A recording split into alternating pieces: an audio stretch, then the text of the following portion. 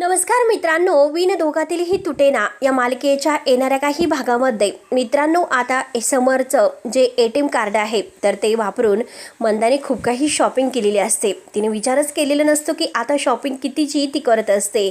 अगदी लाखो रुपयांचा म्हणजे तिने खूप काही म्हणजे पैशांचा चुराडा केलेला आहे. आणि समरला आता जेव्हाही लक्षात येतं अकाउंटवरील पैसे जातात तरी कुठे आणि समरला काही कळत नसतं. समर स्वानंदीला विचारण्याचा प्रयत्न करतो पण स्वानंदीला सुद्धा मात्र काही कळत नसतं.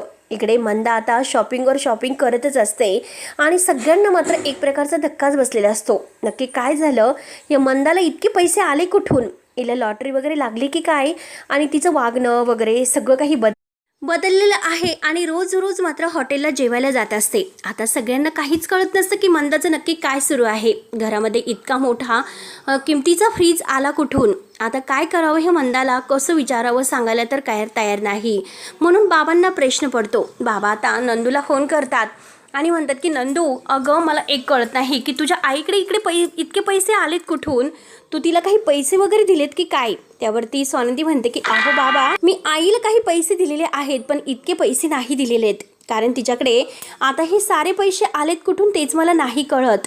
म्हणून आता स्वानंदी सगळं काही सांगते की बाबा, मी आईला पैसे दिलेले आहेत पण इतके पैसे नाही दिलेले आहेत.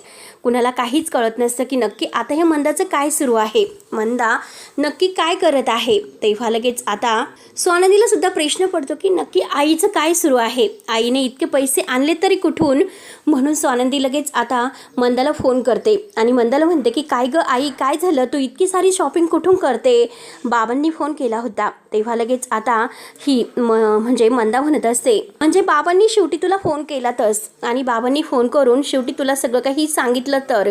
म्हणून आता लगेच बाबांना ती बोलण्याचा प्रयत्न करत असते. बाबांना म्हणते की काय हो, काही झालं तरी लगेच आता म्हणजे सांगण्याचा प्रयत्न करतात. तुम्हाला कोणी सांगितलं की मी हे केलं, मी ते केलं, काय गरज आहे तुम्हाला ही सर्व सांगण्याची. म्हणून ती मात्र आता बाबांवरच ओरडत असते. स्वानंदी आता लगेच घाईने इकडे येण्याचा प्रयत्न करते. नक्की आईला झालेलं तरी काय आहे. आता समोरच्या इकडे क्रेडिट कार्डमधून सगळे काही पैसे मात्र खपाखप आता हे होत असतात, म्हणजे पाठवले जात आहे. समोरला प्रश्न पडतो नक्की काय झालं असेल आपल्या अकाउंटला, हे सर्व म्हणजे आता होतं तरी कसं. समोर अगदी टेन्शनमध्ये आलेला असतो. स्वानंदी आता घरी येते आणि विचारते की राजवाडे काय झालं, कसल्या इतक्या टेन्शनमध्ये आहात तुम्ही. समोर म्हणतो की अहो स्वानंदी मॅडम, मला एक कळत नाही की तुम्ही तुमच्या आईला काही पैसे वगैरे दिलेत की काय, कारण रोज माझ्या अकाउंटवरून सगळे काही पैसे हे ट्रान्सफर होतात. नक्की खूप काही शॉपिंग केली जाते आणि इतके सगळे काही पैसे मात्र आता हे सगळं कुठे काय होत आहे, मला काहीच कळत नाही. नक्की आता हे सर्व काय झालेलं आहे. त्यानंतर मात्र आता लगेच स्वानंदी म्हणते की हे बघा राजवाडे, तुम्ही टेन्शन घेऊ नका, तुम्ही मात्र टेन्शन अजिबात घेऊ नका, मी कुठे काय सगळं काही शोधून काढते. आणि तेवढ्यात मंदाने मात्र आता काहीतरी AC वगैरे बुक केलेला असतो आणि तेवढ्यात इतके पैशांचं सगळं काही ती म्हणजे खरेदी करायला जाते. आता तर काय तर म्हणे ती नवीन गाडीच घेण्याचं ठरवते. आता इतकी म्हणजे 10-20 लाखाची गाडी आहे, तर तिने ती 10-20 लाखाची गाडीसुद्धा खरेदी केलेली असते. आता हे सगळं काही धक्कादायकच असतं की मंदाचं वागणं कुणाला काहीच पटत नसतं. आणि तेवढ्यात मात्र आता आनंद आहे. आनंद म्हणतो की काही काळजी करू नका. आनंद आणि स्वानंदी मात्र आता हे सगळं कोण करत आहे म्हणून घरातील सगळ्यांना विचारण्याचा प्रयत्न करतात. तर मलिका म्हणते की मला तर असं वाटतं की नक्कीच स्वानंदीच तिच्या आईला पैसे देते, कारण त्या दिवशी समोर मी तुझ्या कानावर घातलं होतं, हे पैसे स्वानंदी तिच्या आईला देत आहे. तिची आई त्या दिवशी आली होती. तर लगेच आता समोर म्हणतो की मला पोलीस स्टेशनमध्ये कंप्लेंट द्यावीच लागेल, कारण इतक्या सगळ्या पैशांचा चुराडा कसा होत आहे, नक्की काय होत आहे. म्हणून आता आनंद म्हणतो की ठीक आहे, मी लगेच कंप्लेंट करतो. स्वानंदीला सगळ्यांना विचारलेलं असतं पण स्वानंदीला सुद्धा खूप टेन्शन आलेलं असतं की सगळे पैसे जातात तरी कुठून. म्हणून ती मात्र आता पोलिसांमध्ये कंप्लेंट देते आणि आनंदसुद्धा सगळेजण पोलीस स्टेशनला येतात. सगळी काही आता ही म्हणजे इन्क्वायरी करण्याचं ठरवतात. तेवढ्या समोर आता डोक्याला हात लावूनच बसलेला असतो. त्याला खूप टेन्शन आलेलं असतं की इतके सगळ्या पैशांचा उलाढाल झाला, आता कंपनीचे पेमेंट वगैरे सगळं काही एकतर करण्याची वेळ आलेली आहे. खूप काही समोरला टेन्शनमध्ये आणलं गेलेलं असतं. स्वानंदी आता त्याला आधार देत असते की राजवाडे, काही टेन्शन घेऊ नका, मी आहे ना, मी तुमच्यासोबत काही असं गैरव्यवहार नाही होऊन देणार. तो पैसा तुमच्या कष्टाचा आहे, तो पैसा तुम्हालाच भेटला जाईल, म्हणून तुम्ही काही काळजी करू नका. आणि लगेच ती मात्र सगळं काही शोधाशोध करण्याचा प्रयत्न करते आणि शेवटी तिने सगळं शोधून काढलेलं असतं. तेवढ्यात आता मंदा हे सर्व करत आहे आणि मंदाने शॉपिंग पूर्णपणे केलेली आहे. पोलिसांना एक महत्त्वाचा पुरावा मिळालेला असतो आणि पोलीस डायरेक्ट आता मंदाला घेऊन आता तिला घेण्यासाठी घरी येतात आणि आता त्यांच्या विरुद्ध जे काही पैशांची अफरातफर केलेली आहे त्यांना न विचारता इतके सारे काही त्यांचे पैसे खर्च केले गेलेले आहे. म्हणून मंदाला पोलीस हे अटक करायला येतात. मंदा आता खूप घाबरते. मंदा म्हणते की कुणाला अटक करायला आलात? आता हे सर्व तुम्ही मला अटक करायला आलेले आहात का? मी तुम्हाला नाही सोडणार. म्हणून मंदा लगेच मात्र ती लगेच स्वानंदीला फोन करते आणि स्वानंदीला म्हणते की अहो म्हणजे ती बाबांना म्हणते की मी स्वानंदीला फोन करते आणि बाबा म्हणतात की कशाला फोन करते? आता पैसे घेताना काही विचार केलास का? आणि आता म्हणते की बाबांना फोन स्वानंदीला करते. आता नंदू तुझ्या काही मदतीला येणार नाही. जावयाचे पैसे वापरते, लाज वाटायला हवी होती. मंदा म्हणते की अहो मला माहिती नव्हतं. आता ती स्वानंदीला फोन करून सांगते की स्वानंदी अगं हे बघ मला वाचव. मला हे पोलीस पकडायला आलेले आहेत. मी पैसे खर्च केलेत परंतु ते पैसे जे क्रेडिट कार्ड आहे तर ते मला सुष्मिताने दिलं होतं आणि सुष्मिताने ते क्रेडिट कार्ड मला देऊन मात्र आता ते मला पिनकोड नंबरसुद्धा सांगितला होता. मला तर असं वाटलं की अंशुमन त्या रावांचं आहे म्हणून मी सगळे पैसे खर्च करत आले. मला माहिती नव्हतं की ते समरचं आहे. आता सुष्मिताला सुद्धा ते कार्ड समरचं आहे माहितीच नसतं. तिला असं वाटतं की अंशुमनचंच आहे म्हणून तिने अंशुमनचं म्हणून देऊन टाकलेलं असतं. आता सुष्मिता बाहेर गेलेली असते. तिला काहीच माहिती नसतं की घरामध्ये काय सुरू आहे. आता सुष्मिताने ते कार्ड तिला दिलं म्हटल्यानंतर सगळ्यांना एक प्रकारचा मोठा धक्का बसलेला असतो. सगळेजण पाहत असतात की नक्की आता हे सर्व काय सुरू आहे. म्हणून आता लगेच स्वानंदी सुष्मिताला फोन करते आणि लवकरात लवकर तिला घरी बोलावते. आता मंदाला हे सगळेजण पोलीस स्टेशनला घेऊन येतात. बाबा, रोहन हे सगळेजण पोलीस स्टेशनला मंदाच्या मागे आलेले आहेत. पोलीस तिला अटक करून घेऊन आलेले आहेत. तिला काहीच कळत नसतं की नक्की काय झालेलं आहे. म्हणून सगळेजण आता वाट पाहत आहे आणि सगळ्यांना एक प्रकारचा खूप मोठा धक्का बसलेला असतो. आता मंदा आहेच त्या लायकीची म्हणून सगळेजण मंदालाच बोलत असतात. आता मंदा म्हणते की मलाच माहिती नाही हे सगळं काय सुरू आहे आणि काय नाही.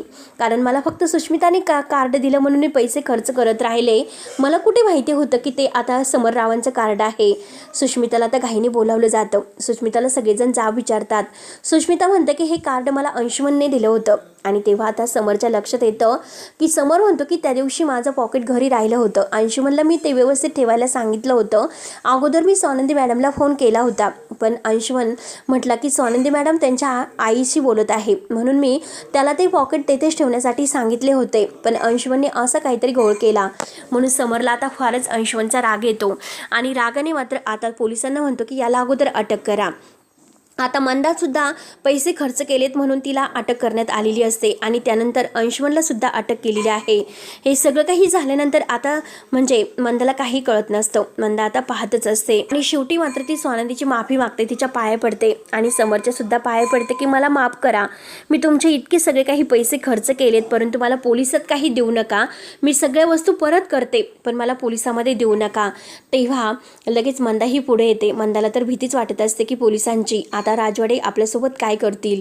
म्हणून घाईने ती आता त्यांच्या हातापाया पडायला सुरुवात करते. बाबा म्हणते की हिला शिक्षा झालीच पाहिजे कारण हिला कोणी सांगितलं होतं की पैसे खर्च करण्यासाठी. मी सांगितलं होतं की हिला हे घरात ह्या वस्तू घेऊन ये परंतु आता ही मंदा ऐकायला काही तयार नाही. त्यामुळे शेवटी आता हिला हिच्या पापाची शिक्षा मिळालीच पाहिजे. म्हणून बाबा तिला अगदी स्पष्ट पोलिसांना पकडून घेण्यासाठी होकार देतात. मंदा म्हणते की अहो असं काय करतात. मला कुठे माहिती होतं की हे सगळं म्हणजे सुष्मिता असं काही करेल म्हणून आता लगेच धावतच सुष्मिता तेथे आलेली असते आणि सुष्मिताला जेव्हाही समजतं तेव्हा मात्र आता सुष्मिता अंशुमनचं नाव घेते आणि अंशुमनला पोलीस पकडतात. शेवटी आता सगळं जे काही भांडं फुटलेलं असतं की ते अंशुमनच्या नावाने आणि मंदा आणि अंशुमन या दोघांनाही पोलिसांनी पकडलेलं असतं. तेव्हा समर स्वानंदीला म्हणतो की मला माफ करा. मी तुमच्यावर आरोप केले. मला असं वाटलं होतं की तुम्ही तुमच्या आईला पैसे दिलेले आहेत परंतु आता हे सगळं म्हणजे अंशुमनने केलेलं आहे आणि ह्या सगळ्याला अंशुमन अजूनसुद्धा सुधारलेला नाही. म्हणून अंशुमनला आत्ताच्या आत्ता माझ्या डोळ्यासमोर बेड्या ठोकायला सांगा. म्हणून स्वानंदी म्हणते की अंशुमन आहेस त्या लायकीचा परंतु आई तू इतकं सर्व काही करशील वाटलं नव्हतं. पैशाला तू इतकी लालची आहे.